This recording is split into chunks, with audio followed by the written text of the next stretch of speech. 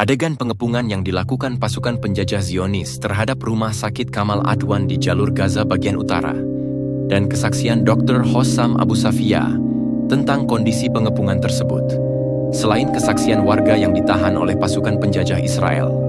Outside the besieged Kamal Adwan hospital, an Israeli tank. From inside, the sound of fierce gunfire. In the courtyard, there's panic and smoke.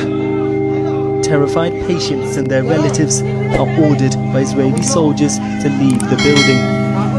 A few dozen had been evacuated by the World Health Organization just a few hours earlier.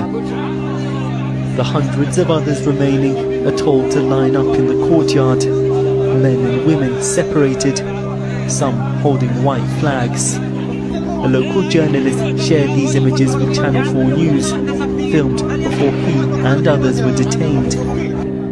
At the hospital's gate, its director, Dr. Hossam Abu Safiya.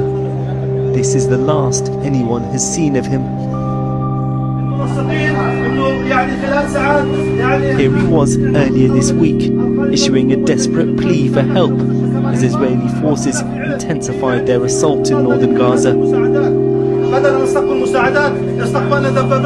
Israel today said it had intelligence about militants in the area around the hospital.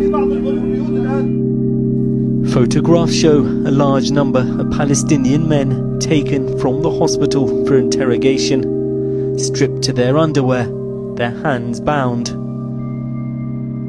Amongst those held, Abid, the journalist who filmed the footage you saw earlier. He's since been released.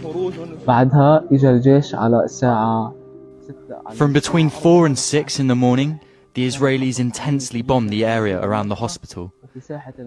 Then they ordered us, more than 300 people, into the courtyard. The humiliation and the violence was suffered by all of us, patients and displaced people. They forced us to strip to our underwear and surrounded us with tanks. The horror and fear we endured.